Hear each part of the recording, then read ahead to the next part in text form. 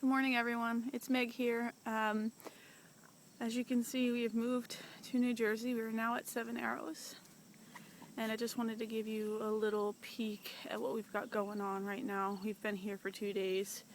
We set up this little livestock camp, which I'm about to give you a little tour of, on the outer perimeter. This is actually set up right next to the house that we're staying in temporarily. But on the outer perimeter of this kennel here, a rather large kennel, we set up some electric fencing that we ordered from Premier One, which is a place that's been heavily recommended to me for a good movable electric fencing. Our two Maremma girls are guarding the kennel all night. They've just started kind of barking at some of the things around the perimeter of the property. So if you're thinking about getting Maremmas, they do bark, and it's part of what makes them so good at guarding livestock. So if that's a problem for you, or if you have neighbors that will have an issue with your dogs barking, you might want to reconsider. They don't bark a lot, mind you, but they will bark when they see something that they don't know or understand. So this area over here is where we're going to have our vegetable plot.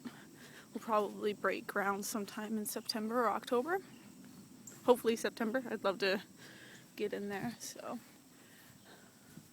we constructed a mini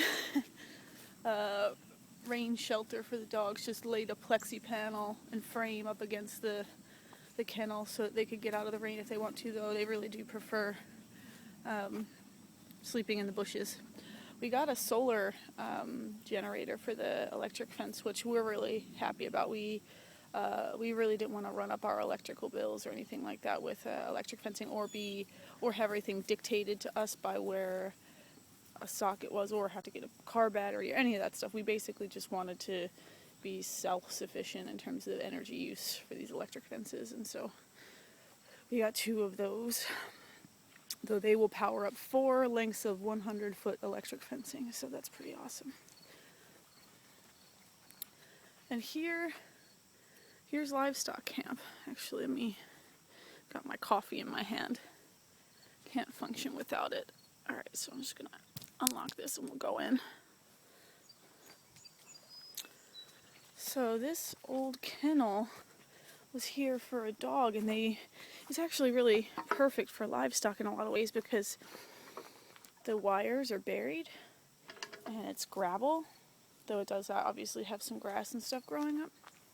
And this tree provides some cover overhead, but as you can see, we put some chicken wires and some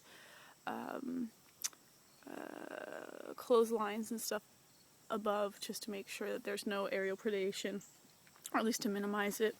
We put a tarp up to shade these girls and guys. We brought the rabbits back. You may recognize Hazel. Here's Carrot. This is a new girl here. That's Hazel's daughter. Haven't really named her yet. Our good friend Carrot, Salad. Sorry, Salad.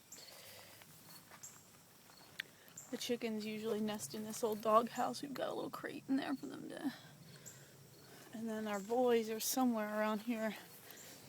I've been letting them out to exercise, but the boys tend to hump each other pretty frantically, which is both sad and hilarious to watch. Oh, there they are. So it's Artie and Ghost hanging out. So we let the boys out and the girls out in shifts. Rabbits are social creatures, so they really like to be around one another. So I'm really trying to allow for social time for the rabbits as often as possible.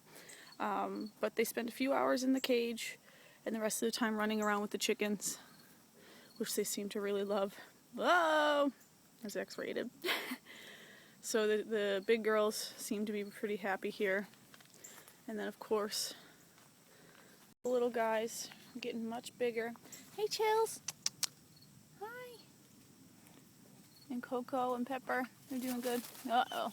We still need to do some training with the dogs so that they don't chase the the chickens, but that's on the agenda for this week. So that's it. Farm camp, livestock camp. Have a great week, guys.